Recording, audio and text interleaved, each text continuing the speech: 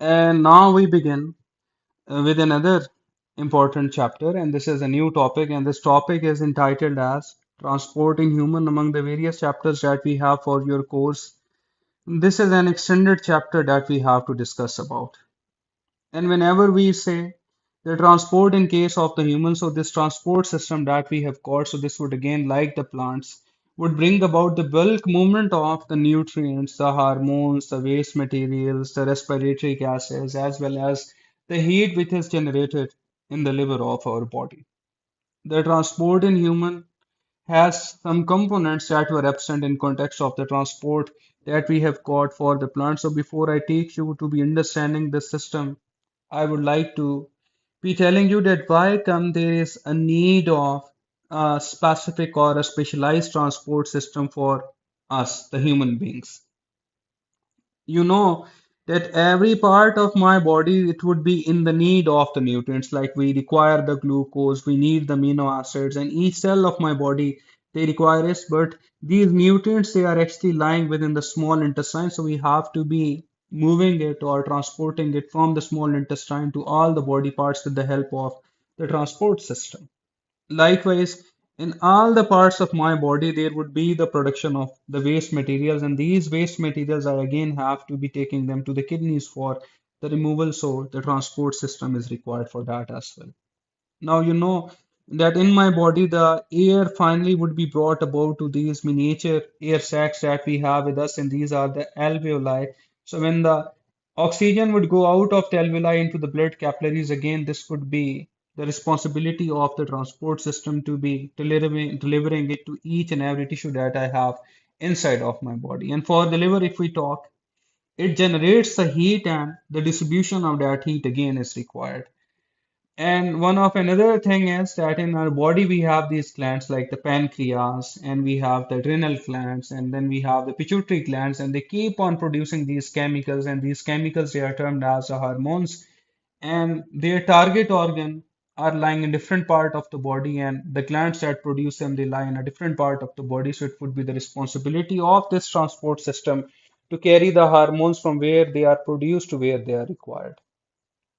Now, before I proceed with the further detail of it, we need to have an idea of that what components do we have in the transport system. So the various components that make our system, they include the heart, and then we have these blood vessels with us, and among the blood vessels we have the three fundamental type of blood vessels coming with us. We have the arteries, and we have these veins with us.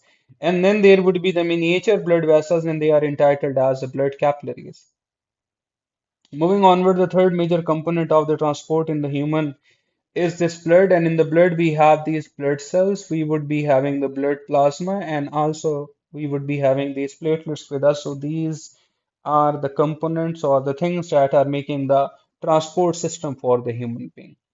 So the situation would be that the blood would go out of the heart into the arteries. Arteries would take them to the body parts, and from the body parts, the blood would return in the veins, and then it would be brought back to the heart. The lungs would come into play as well, but I will show you that in a while. So this is how the blood would keep on flowing, and then ultimately this is bringing about the movement of some components from one part of the body to another part of the body. So the first thing that we have to see is that how come this heart that we have got in the human body, this is designed, and how this keeps on pumping the blood.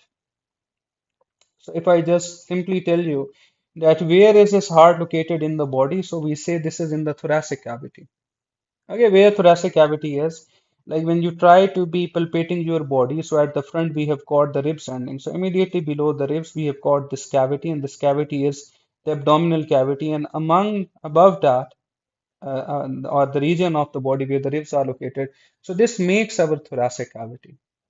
So the heart is actually lying in the thoracic cavity, and this leans toward the left hand side. Now you would be thinking that why I am calling this as the left side of the body. So the thing is that the heart is like when I try to be tilting it, so ultimately when I try to be making it here on my application, so the right side of the body would become left and the left side of the body would become right. So heart lies in the thoracic cavity in between the two lobes of the lungs that we have got, and it leans more toward the left side of the body. Moving further, we have to now be talking that how does the heart actually looks like. But before that, there are some of the points that you need to know that this heart is the pumping organ. And this keeps on pumping like when the human body is making a new fetus or it's developing a new baby. So from the 2 months onward till the death, this heart would start pumping and it would keep on pumping until we are alive. And for the adults, their size of the heart is like a size of a closed fist. Like if I've got my hand and if I make a fist out of it, so closed fit is actually the size of the heart that we have in our body.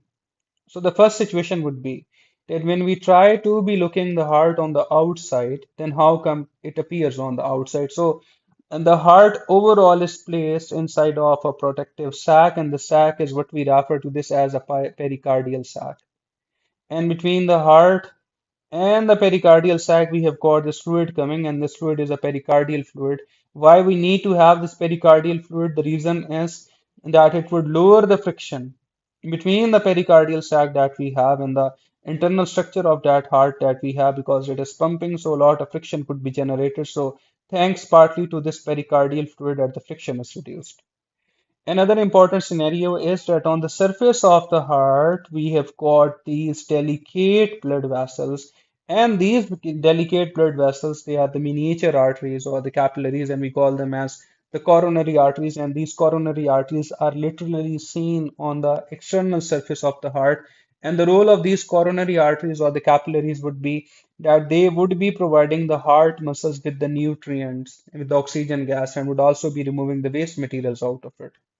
If I were to show you the diagram, another diagram in context of this, so here you see we have got this heart, and you see that on the external surface we have got these miniature kind of the blood vessels with us, and these are termed as or they are referred to as the coronary arteries, we say. And we would see that some problem goes with these coronary arteries that is a cause of the heart attack if it advances with age.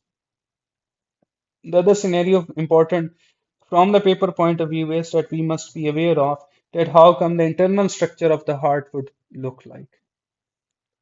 So if you see this diagram, so the situation is that this part, although at the moment lies on my left hand side, but I would be calling this as the right side of the heart.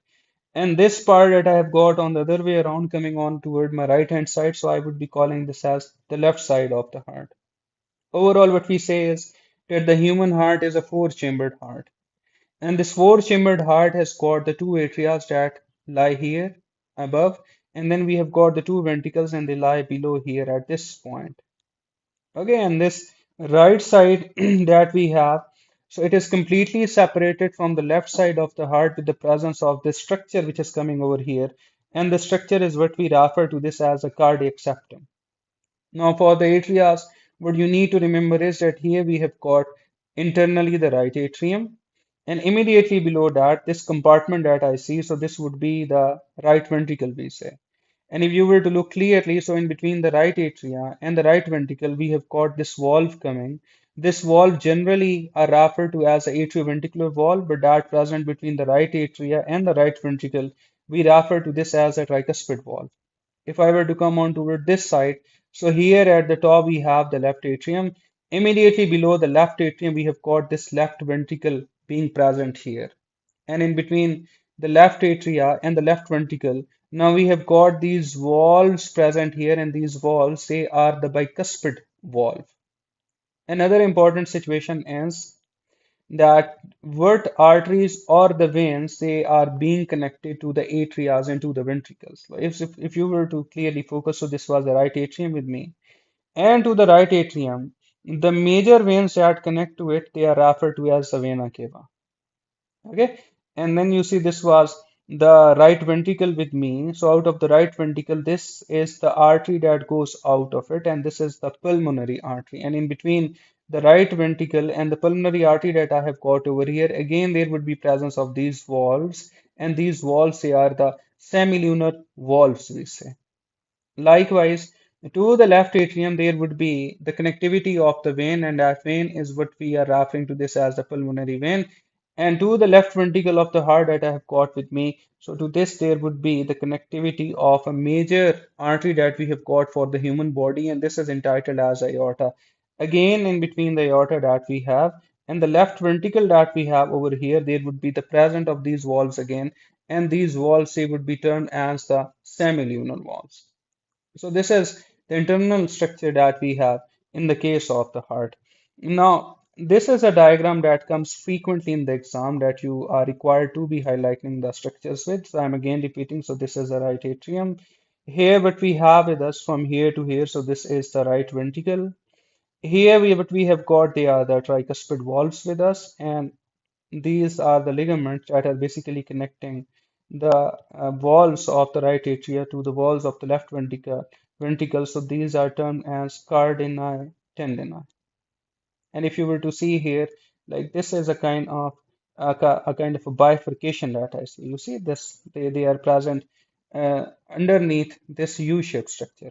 So, and they are getting out of the right ventricle, so they are the pulmonary arteries with me. And if I were to tell you about this structure, so this is the cardiac septum with me.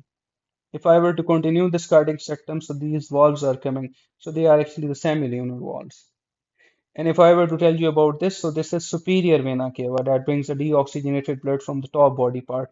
And here what we have got is inferior vena cava, and this brings the deoxygenated blood from the lower body part. And again, if you were to look here, so this is the left atria. And to the left atria, these are the veins connected to, and these are the pulmonary veins. Here I have the bicuspid wall, here I have the left atria, and here we have the left ventricle. From the left ventricle, when I would take, like this is a three-dimensional diagram, so this is basically getting out of the left ventricle, and this U-shaped structure that we see here, so this would be termed as the aorta, we say. And again, at the junction of the aorta, you see we have got these valves. Like here is the left ventricle and here is the aorta, so these valves are present and they are referred to as, or they are termed as the semilunar valves, we say. Now, if I were to be naming, writing the names of these internal structures, so you have to be remembering in terms of the explanation or the description is that internally the heart has four chambers. Like the upper two chambers that we have in the heart, they were the atrias. The lower two chambers that we had caught, they were the ventricles with us. And between the right side and the left side of the heart, there would be the presence of the cardiac septum. And then we have the valves on the inside, and they were the atrioventricular valves and the semilunar valves. Among the atrioventricular valves, further I said we have tricuspid that lies between the right atrium and the right ventricle.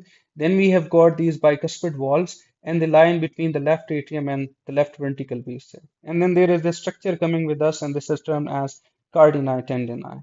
So if I were to show you a further simplified diagram of the heart, now this is not actual diagram of the heart, but is another kind of an approach that you have to keep it to.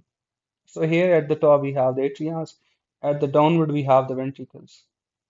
Here this is an entire right side of the heart, and here we have the left side of the heart, and the right side and the left side they are separated with the help of this cardiac septum. In between the right atrium and the right ventricle, we have this valve coming. This is tricuspid. Why we call this as tricuspid? Because we have total of three flaps or cusps in it. And then here we have this bicuspid valve, and why this is called bicuspid? Because we have two cusps or the flaps in it, and where this is located between the left atrium and the left ventricle that we have. So the thing that you have to keep here in your mind is for understanding the next lecture that the right side of the heart that we have, so it would be containing the deoxygenated blood. And by the deoxygenated blood, what we mean is that it would have more amount of the concentration of the CO2 and less amount of the concentration of the oxygen gas. And if I were to tell you about the left side of the heart that we have got, so it has got the oxygenated blood in it. And the oxygenated blood would be that blood which has high concentration of the O2 and the lower concentration of the CO2 in comparison. And then there is this last point that we have to be very much clear about that would help you in the next class for understanding the flow of the blood. So you see here we have this tricuspid valve and we have got this bicuspid valve with us, and these tricuspid and the bicuspid valve they would be connected, their flaps would be connected on the inside to the ventricles, and they are important for us to understand because they would help us to see that why does the blood do not backflow in the case of the heart structure. So if I were to like simply show you that what we have here and here coming, so I'm showing you on toward the right hand side, the same would be applying toward the left side of the heart. So you see here we have the right atrium, Underneath that, we have the right ventricle. And if you were to see that here we have the tricuspid valve. And this tricuspid valve is connected to the walls of the left ventricle with the help of the structure, and they are cardini tendini. And these are the special tendons. Why we have to be clear about, because they allow the walls to open downward, and when the walls would close, so they would close at this level. Like these cardini tendini would never allow the walls to evert out, because if these walls would evert out during the closure, so this would bring the backflow of the blood. Now, this is something we don't want. And if this would happen, then the person can die. So you have to keep these points in your mind for the next class, where we will see the flow of the blood that we have in case of the heart structure.